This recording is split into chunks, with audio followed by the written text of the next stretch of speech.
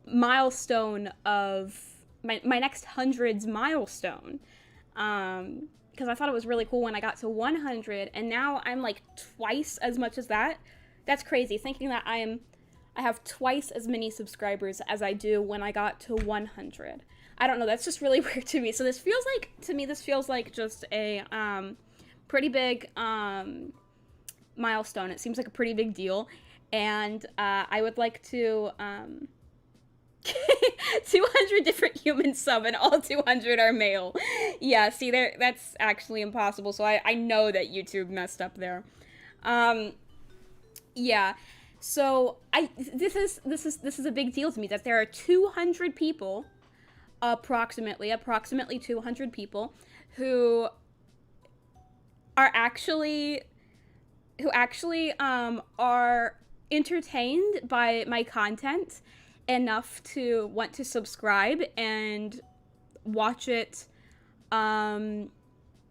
multiple times. 200 different accounts, yes. Not necessarily 200 people, but 200 accounts. There are 200 accounts that are used by people who enjoy my content, and that's a pretty big deal to me. So I just want to say that this is an honor. Thank you to Candy, thank you to Delaney, thank you to everyone who came here from NitroType, including I Am Epic, and so many people came here from NitroType. And thank you to Sold for introducing me to the NitroType community and the NitroType community to me. Yeah, big thank you to Soul, big thank you to Anzu, big thank you to DadTuber, and yeah, like, just thank you everyone. This is a I think I was your 69th sub. I think so.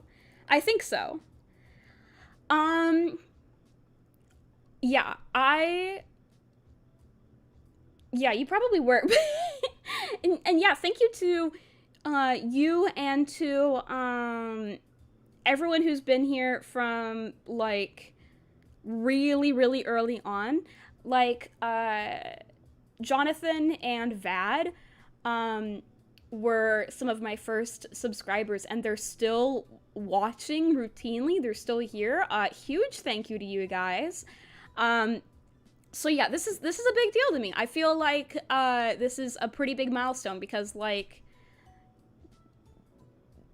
just 200 is a big number. This is a really big deal to me. Like, I don't know what to say, but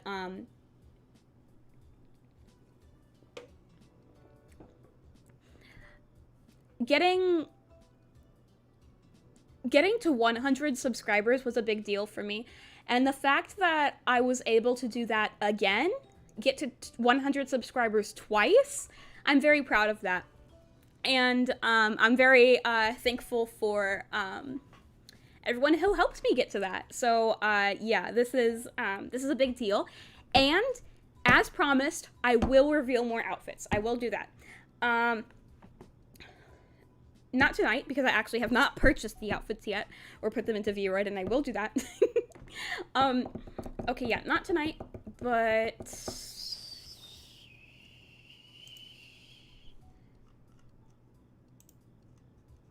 hold on.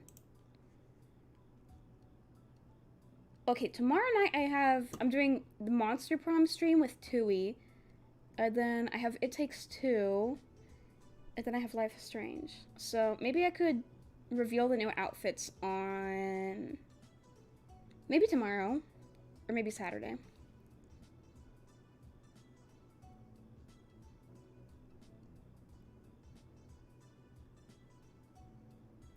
You know what? Let's reveal the new outfits on Saturday. That is what I'm going to do. The new outfits will be revealed on Saturday. So thank you all so much. Yeah, as promised, I will reveal you some new outfits to celebrate 200 subscribers. So thank you for 200 subscribers. This is a really big deal, and I'm really happy that happened on stream so that I could thank you all on stream. Yeah, I'm excited for the new outfits. I like giving myself new outfits, even though it is completely unnecessary and I do not need it. But I like new outfits. And so you guys will be able to witness some beautiful new outfits. So, yes, thank you. I will deliver on that promise. Doing that Saturday. Because I don't want to do it tomorrow because I'm going to be streaming with Dewey, and I don't want to do it on Friday because that's going to be with Candy, but I'll do it on Saturday. Shout out to I Am Epic, yes. Shout out to I Am Epic. Thank you, I Am Epic.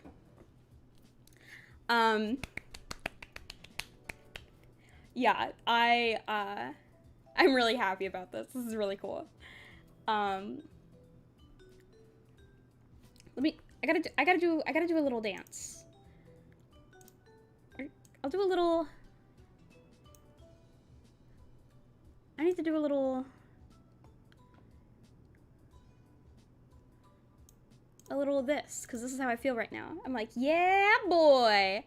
I'm a VTuber with 200 subscribers.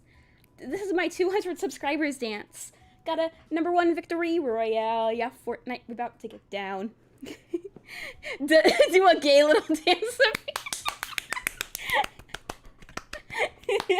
Yes, this is my gay little 200 subscribers dance that pisses you off. That sounds like something that Delaney would say, Candy. I bet she would say this. But she's probably asleep.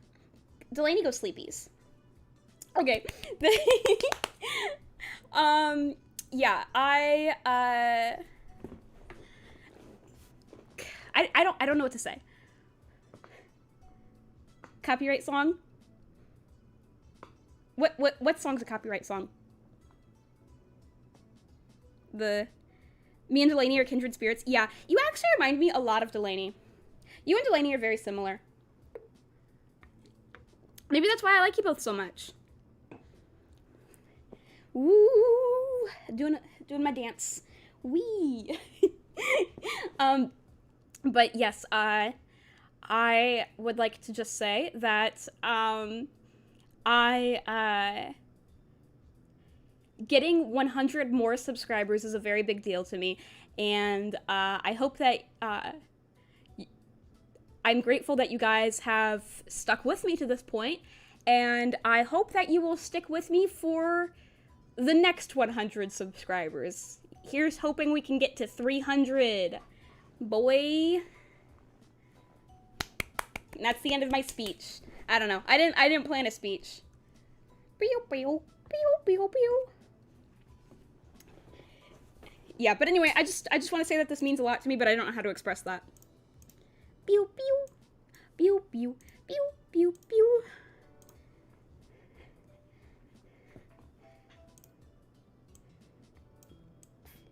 Yeah, so thank you for splinting with me, for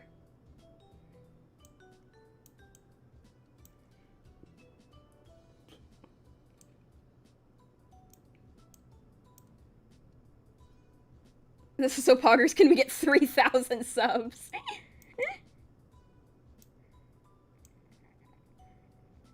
But I appreciate you all splinting, and I think it's a big deal that we have 200 splinters, because that's a lot of people splinting. Because you would think that splinting would not be a thing that would appeal to people, and yet 200 of you want to do it. So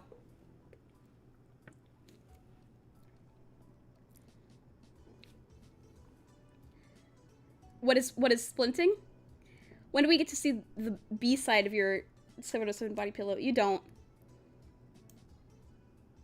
You don't. That side's for me only.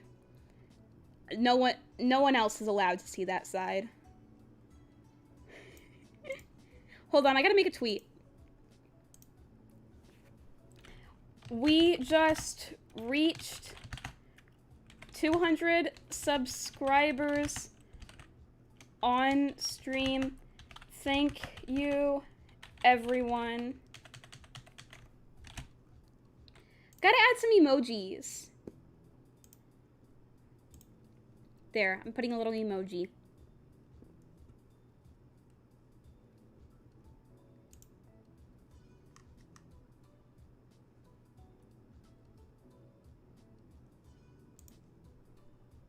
Adorable body pillow. Thank you. I'm glad you think so.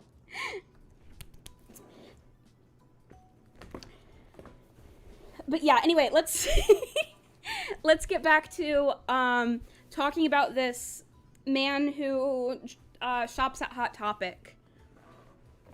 And just know I appreciate all 200 of you very, very much. And this is a very exciting milestone for me, and I'm very proud of myself and proud of all of you guys. It was a young man, had to be close to your own age. He was dressed fully in an eclectic black, white, and gray outfit. Even his side-swooping hair matched the scheme. You know who he looks like? I think he looks like a lot of people, so I've been, like, thinking really hard about who he looks like. And I don't really have a lot of ideas about who he looks like. Oh, gotta go to sleep? Okay, good night, I am epic. Thank you for getting me to 200. Have a very nice sleep. Okay, so I'm thinking about, like, who he looks like. If anyone else has any ideas of who he looks like, who does he remind you of? Who does this guy remind you guys of? Because to me, the first thing that I thought of, maybe this shows the kind of person I am.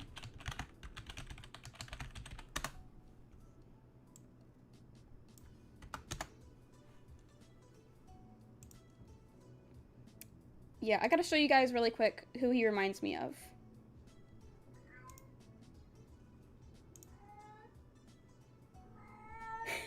I don't want to say who he looks like because it exposes my degeneracy. Please say. Please say. Please tell me. This is, what I'm about to say is actually going to expose the opposite of my degeneracy. I don't know what the opposite of degeneracy is. Perhaps purity? But this is exposing my purity. He looks like...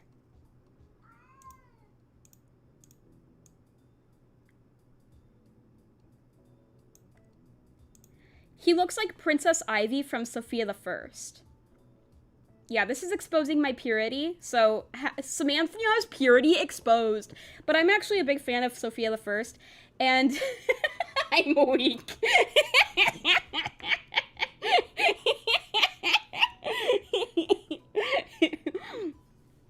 I mean, he does. Ever After High version of this character, yes! Ivy is this guy if he was in Ever After High. Yeah. Princess Ivy is just the Ever After High version of this guy. Yeah. But, like, okay, yeah, like, so there's this, like, character from Sophia the First, who, like, she's, like, got, like, a black and white theme, and, like, she, like, turns everything black and white or whatever. So that's what he reminds me of. Because he's got the same black and white aesthetic. He's got the same aesthetic going on. He's, like, the black and white hair, the black and white, like, outfit. It's the same thing. It's the same thing. So, that's what that reminds me of. Although I'm very interested to hear everyone else's interpretations, especially Candy's, because it is probably the exact opposite of Sophia the First. Yeah, because there was a Sophia the First. Okay, I actually have watched, like, every Sophia the First episode. I'm a big Sophia the First fan. I know that is stupid, but I actually really love Sophia the First. I love Cedric. And, yeah, there was this special called Sophia the First and the Curse of Princess Ivy, and that was the one that Rapunzel was in. And, like, so, like, yeah, I think the plot was that, Amber stole Sophia's amulet, and that summoned Princess Ivy rather than summoning, like, a good princess. And then Princess Ivy tried to, like, curse the kingdom by turning it black and white or whatever. I don't know, it's been a while since I watched it, but that's what I remember. So anyway, this guy just looks like Princess Ivy. He looks just like...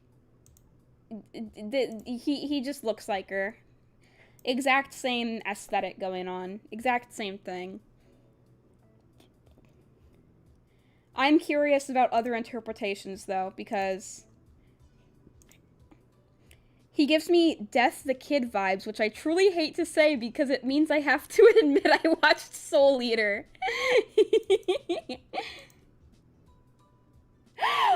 You're right! You're right! You're right. You are so right. You are 100% correct. I have seen pictures of this character. You are right. Yeah, see, I looked at this guy in this game and I was like, this reminds me of someone.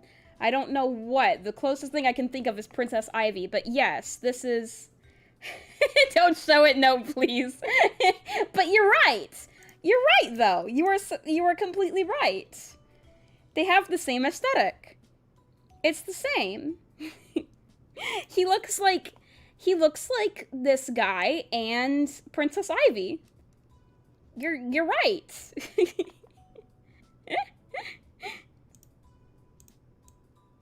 Yeah, see? Same character. Same character. Same person. He also kind of sort of reminds me of Todoroki.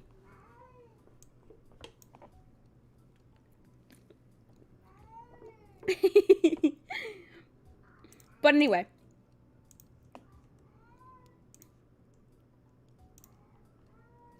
I'm actually going to focus on the game now. Just wanted to have a discussion about what he looks like.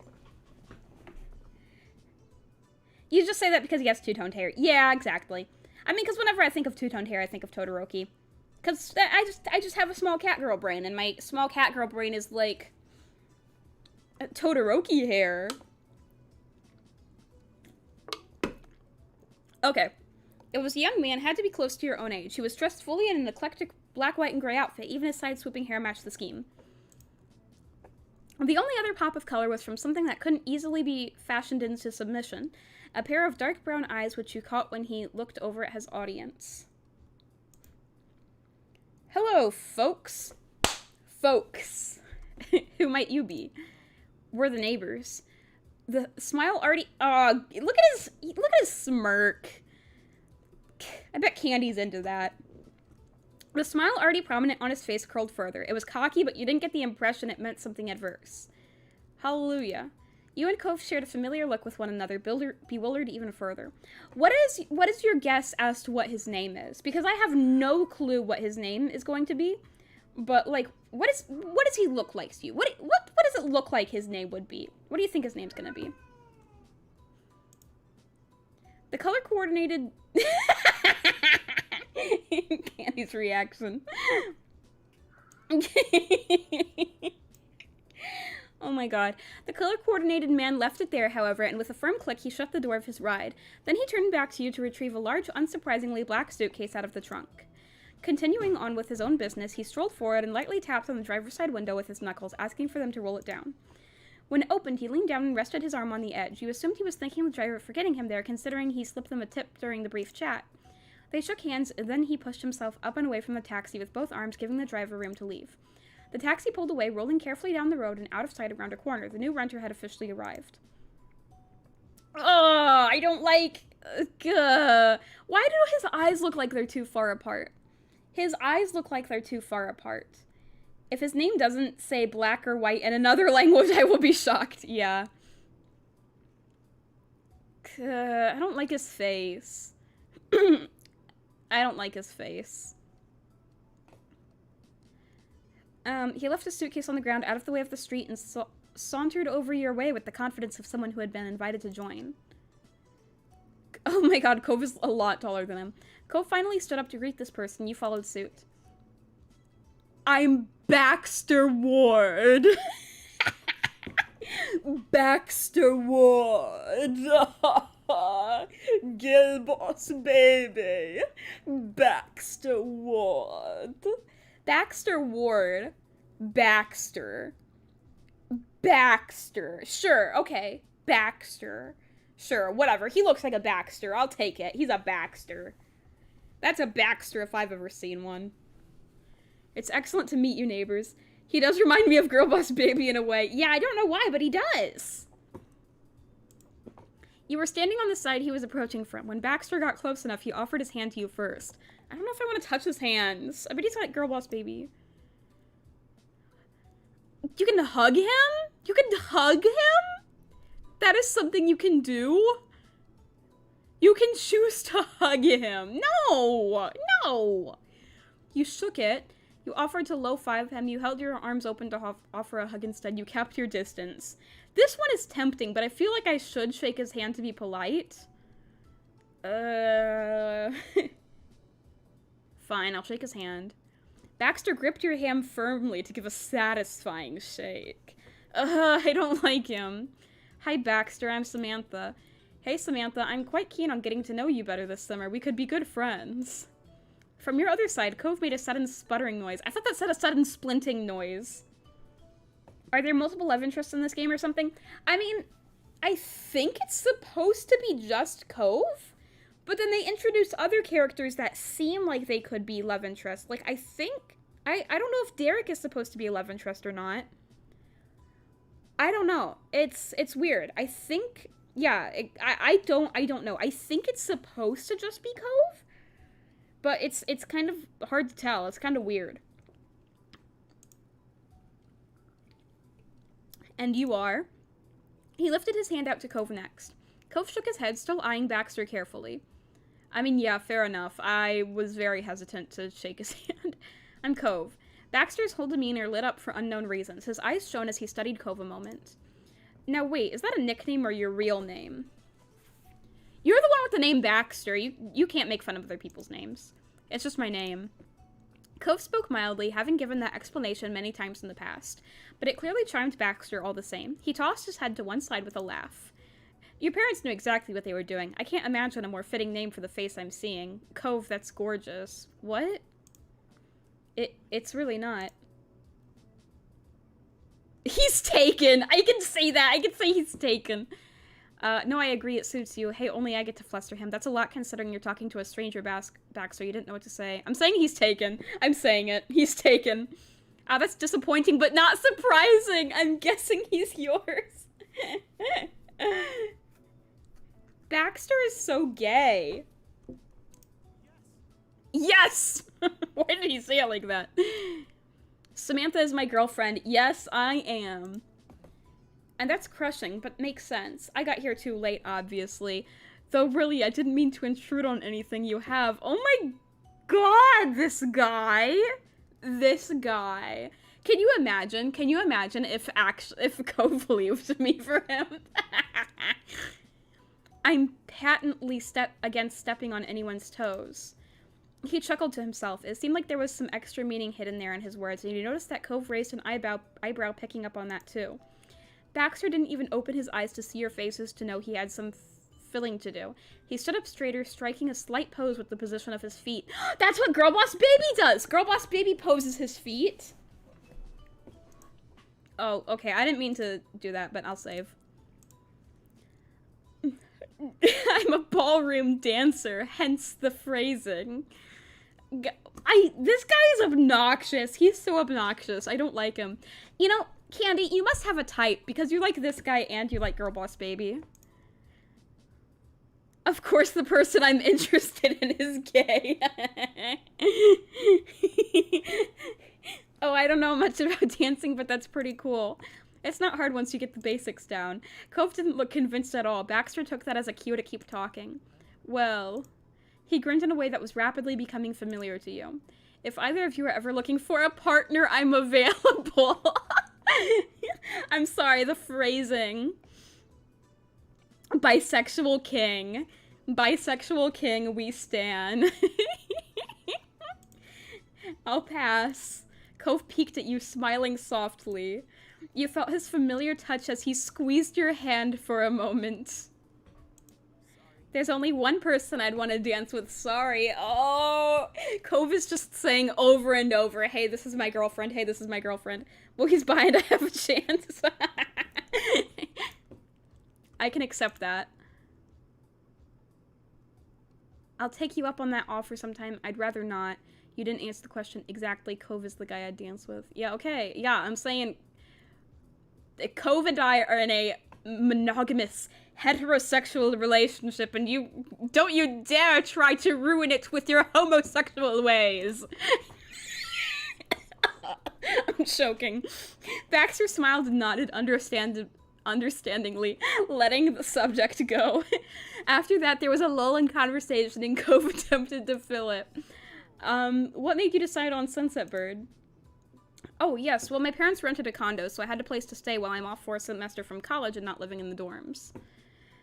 Girl boss baby is coming through right now. Baxter brings out the girl boss baby in me. There was a playful glint in Baxter's eyes as he continued. Ew, what is he doing with his eyebrows? Candy, I bet you're into the weird eyebrow thing he's doing. Ideally, they wanted to send me somewhere that wasn't too exciting, but lucky for me, they picked the wrong street, considering the two of you live here. Is he flirting with us? Baxter then preemptively lifted up his hands in front of his chest, giving the gesture from meaning no harm. It's nice not to be the only one my age around the neighborhood for an entire summer, nothing more. That was a story you had heard before, the same one as when Lonely Cove and his dad moved in all those years ago. Cove wasn't relating still. I love weird eyebrow things, that's why Girl Boss Baby is my husband. Exactly! You could have phrased it like that in the first place. I don't feel the need to keep words of praise to myself, but they're not romantic come-ons. I see that you two are very much a committed pair. I'd like to be friends if we can, but that's all. I'm sus. It's okay.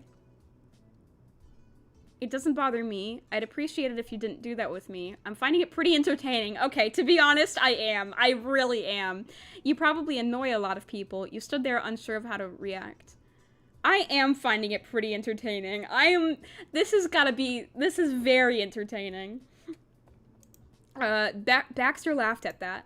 Glad we're working things out. Shifting his weight to his other foot, Baxter tried to move forward. So which condo is yours? How long have you been living together? Oh, no. Cove sputtered again, and unintentionally a laugh escaped you. We're both your neighbors, but we live in different houses with our parents. As if second nature, the two of you pointed to your homes, the buildings directly across the street from each other. Baxter's eyebrows raised at that. What? Your neighbors who started dating? Yeah, what's wrong with that? What is your problem? What a couple of lovebirds. You're the backbone of romantic society. What does that mean? What does backbone of romantic society mean? I've never heard that phrase before, and I never expected to. Honestly, I hope you never break up. If you can make it work, there might be a chance for the rest of us. What? Huh? What is that? What? You knew Cove well enough to tell there was a bit of amusement in his expression, but he sighed in exasperation. After that, you had no doubts about his claims of being complimentary.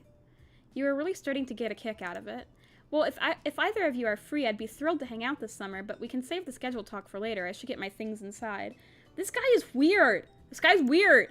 He gave a small nod of the head and flashed you both a dazzling smile. Goodbye for today. This guy is weird. Bye. Cove gave a small wave as well. This guy's just weird. Bye, Baxter. See you. And Baxter then turned on his heels and strolled back to his suitcase, picking it up and bringing it to his condo. You and Cove were silent as Baxter unlocked the door and disappeared inside the house. With him completely out of the scene, Cove let out a long breath. I don't know how I'm gonna explain that guy to my dad. Yeah, what? How do you... Hey, there was a... So the new guy is a, bisexual girl boss baby who looks kind of like Princess Ivy from Sophia the First. You burst into a fit of laughter trying to imagine the conversation. At least the job is done. We saw the new neighbor, and now we can go meet up with Terry and Miranda. Yeah, we should get going. You gave Baxter's condo one last glance over your shoulder. You were looking forward to seeing more of him. You thought he was charming. You were not interested in him. You weren't sure how to feel. You thought he gave a pretty bad first impression. You decided he definitely wasn't someone you liked. I don't know. I don't know. I'm just confused.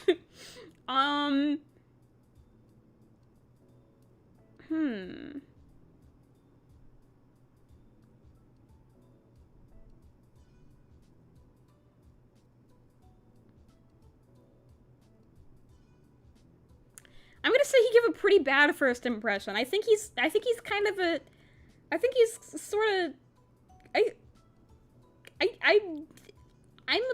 a bit, I'm like, I think he's a bit of a weirdo. I'm like, he makes me uncomfortable. He makes me uncomfortable. He's girl boss baby. He's girl boss baby. You actually experienced it firsthand, but you were finding the last several minutes of your life hard to believe. You couldn't imagine what the summer was going to be like with Baxter here, and you weren't sure how much you wanted to actually see him again. Turning your attention back to Cove, you pushed all thoughts of Baxter aside. You both started making your way towards town. I'm gonna take his hand. We're gonna hold hands. You slid your palm into his, and Cove laced his fingers with yours. His expression instantly became happier, and he lightly squeezed your hand.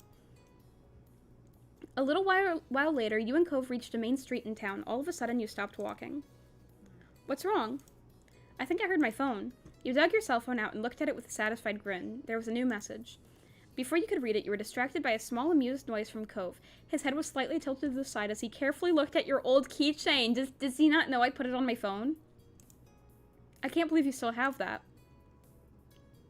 Of course I do. I love it. You shouldn't be surprised. Well, someone was crazy enough to get it for me, so I may as well use it. You shrugged. You quietly blushed at him, pointing it out. Of course I do. I love it. You meant it. The intensity of your words had Cove blushing and looking away from you. Aww. For a moment, you were both at a loss for more words. You were slicked into remembering the day he bought it for you. Cove was the one who spoke up again. I'm actually glad you like it. He looked back at you with a playful grin. Especially since it cost me a whole $6. That's like $30 in kid money. His matter-of-fact tone had you laughing deep. It took several moments to compose yourself enough to speak. I didn't realize that was the going rate. It was then, probably be more now. So you're trying to say that you were a big spender? In kid money, yes. I was definitely a high roller, remember? That had you both bursting into fits. Smiling, you refocused on the task at hand. You opened the new text from Miranda, and all you saw was, I can see you. Immediately from where you stood, you started swiveling your head around. You couldn't spot Miranda anywhere, but she did send you more messages. I saw you holding Cove's hand. Scandalous. Lewd hand-holding. Where are you? Haha, come on. Really, Randy? Where are you? The message was sent, and you were back to looking around, scanning for any sign of movement and familiar faces, but they were still invisible. Cove looked at you carefully, raising an eyebrow.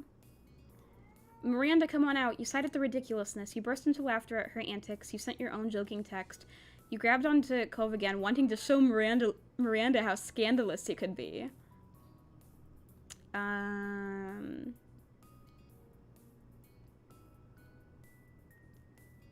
want to do that. That sounds funny.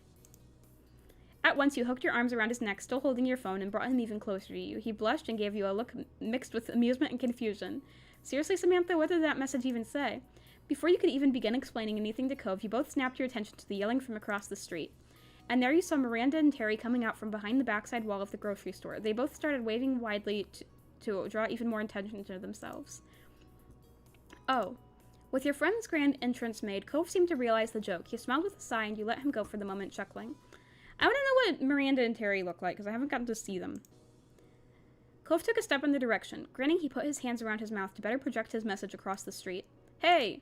Laughing and arm in arm, the girls stopped only to look both ways and then rushed across the empty street. Oh, cute! Cute! She's all freckly. Oh my god, she's so cute. She's so cute. Hi, I hope you weren't waiting too long. She's cute, but she's cuter.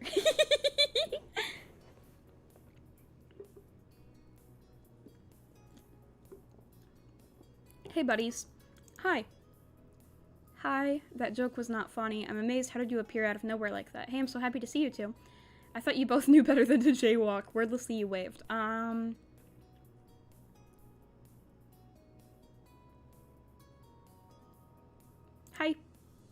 You were happy to see your friends, though their little tease on you was already long forgotten in your mind. Terry then closed the distance between her and Cove and crushed him in a painfully tight hug. You're finally here. It's been so long. What took you? He did his best to eke out a reply with his chest being compressed. Sorry. Eventually, she let him go. Terry looked at him with a beaming smile, but Cove was distracted, rubbing his arms. Standing there, Miranda shifted her weight to her other hip. She watched Cove patiently with a bashful smile. Welcome back. Thanks.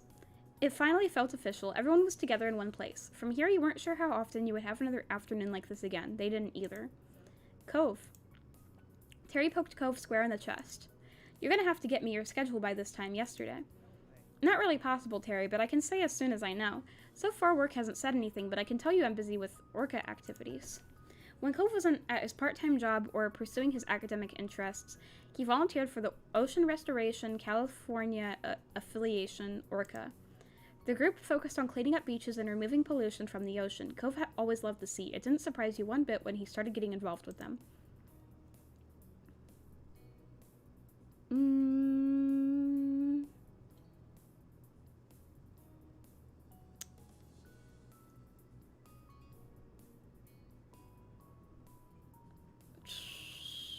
You know what? I would want to join that, so. Their big smash event for the year is coming right up, isn't it? Yeah, there's not that much to do before then, but I'm kind of looking forward to the fundraising push. Hopefully we can pull it off. If anyone can do it, it's you two. And even if it goes really bad, it'll still look good on a college application, at least. That's true. Hey, guess what else? We don't have to stand here to say stuff. Let's go. I would like a meal now. Perking up, Cove nodded in agreement. Yeah, for sure. The four of you headed into town, happily chatting the whole way. The only decision left was to make was where exactly to stop and eat. The rest of the afternoon, noon, and evening passed by in a blink of an eye. When night fell, it was time to head home, and you parted ways with Miranda and Terry. You and Cove reached your neighborhood without event. It was late enough that your out-of-the-way street was dark and silent. You were walking tiredly after such a long day. You strolled with a skip in your step. You ambled along. Cove was giving you a piggyback ride home. Yeah, let's do that one. Yes. It was a long day out and about. You appreciated that you could rely on him to make things more comfortable for you. You tightened your grip on Cove and turned your head ever so slightly, peering at his face out of the corner of your eyes. You wondered why he felt so distant to you. It was out of character. For a while, Cove silently stared ahead and left you alone with your thoughts. It surprised you when you did hear his voice all of a sudden. He still wouldn't look at you. It feels weird coming back to the neighborhood and trying to get into things like they're the same, and they're not. They've changed. They're still changing. Your mouth felt uncomfortably dry all of a sudden.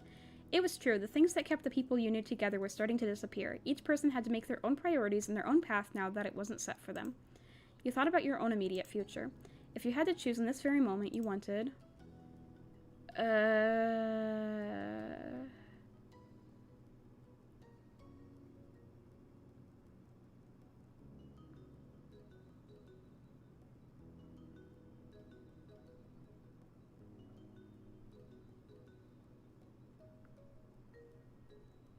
I don't know.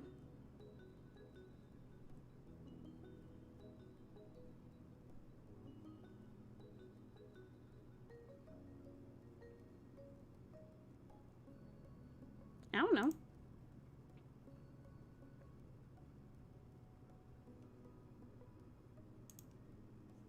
For yourself, you wanted to... What? Did I mess up?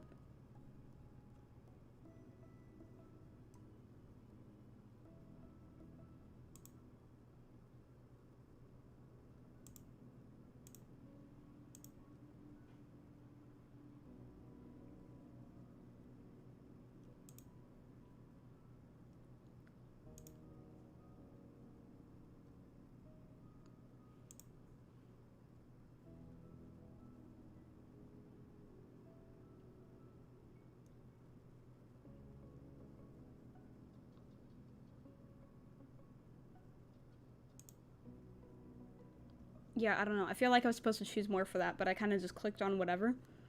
Now you wondered what Cove had in mind. You'd heard him consider some things for his future, but it was never anything that would have counted as a real plan. Cove stopped in the middle of the street. He sighed and put you down. You were both outside of your houses. Cove looked at the ground for a moment. His mouth trembled, trying to settle on the right words to say. So, are you still thinking about what you want to do and stuff in Sunset Bird? Yeah. Cove closed his eyes and nodded while he composed his thoughts. He looked at you and he lifted his head. I decided on something. Well, kind of. He smiled slightly and rubbed his arm, and then his expression grew more serious. I'm not going to decide on a school or a career. Not this summer. I'm going to stay here, at least in Sunset Bird. I'll probably move out of my dad's place. I'll keep working my job, keep doing my volunteer stuff and everything else. Maybe I'll know what I want for myself by fall or next year, or maybe I'll never have a plan. Life will continue on with whatever's happening. I'm not going to crush myself trying to have everything figured out by a timeline that someone else has set. I just can't do it. His brow furrowed and his tone was tense. It was clear how much expectations were weighing on him.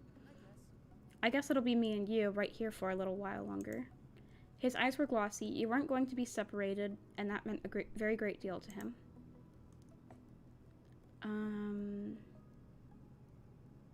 You were glad that the two of you would be in Sunset Bird together. Elated, you smiled. Cove looked relieved that you were happy with this turn of events. I'll see you tomorrow, Samantha. I'll see you, night. He pulled you into an unexpected hug and knocked the breath out of you, yet couldn't have been a more reassuring feeling. You returned his embrace and stayed that way for as long as you could. Night. He finally let go, giving you another smile. Then Cove started walking away, but you remained there, frozen in the middle of the street. You watched him and wondered, how many more times will he be able to say that he'll see you tomorrow? You hoped for countless more times. Finally, you turned towards your own house. You vowed to yourself that you would make the most out of every moment you had this summer.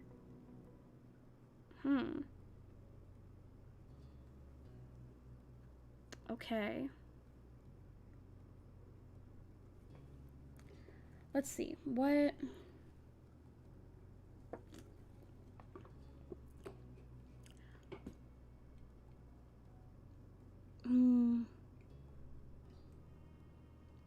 Them talking about, like, college and stuff makes me nervous because, like, I do not understand how things like college and jobs work. I do not understand those things. And I should. Because I am exactly their age. So that makes me feel uncomfortable. Because I feel like I should, like, have college and career plans, but I don't know how those things work. I was hoping we would get the entire game done today, but I'm wondering if maybe we should stop here for tonight.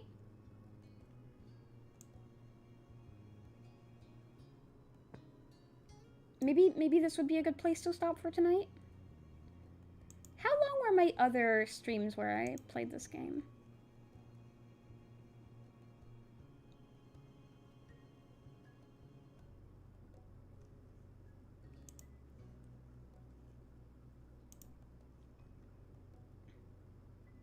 Maybe I could play for an hour more, but...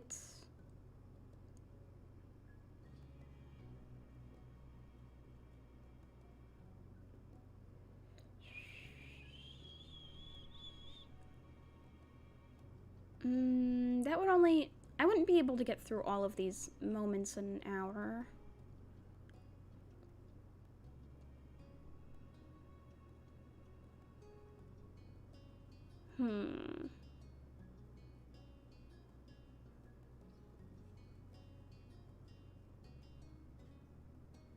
Okay, yeah, I thought I'd be able to finish the game in this stream, but I think it will take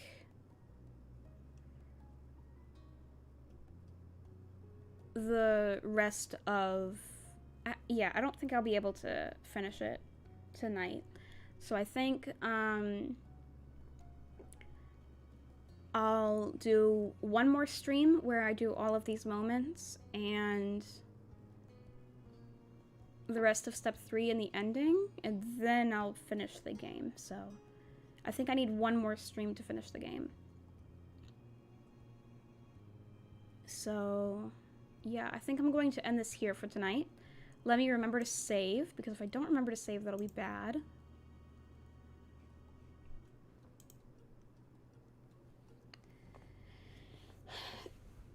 Yeah, so this is where I am going to stop, because I think a 4-hour stream is enough, and I can finish this in the next stream. So I'll finish it next week, probably.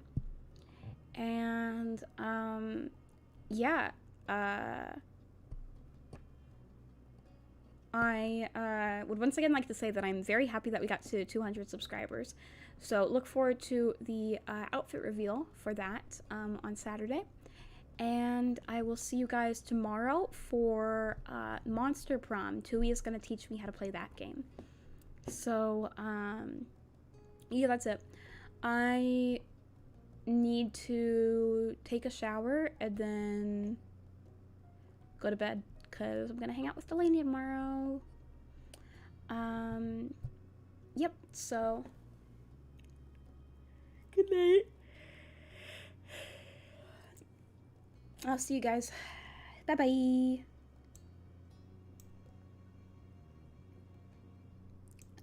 Okay, yeah, enjoy my stinger and my ending screen. Bye-bye, Nano.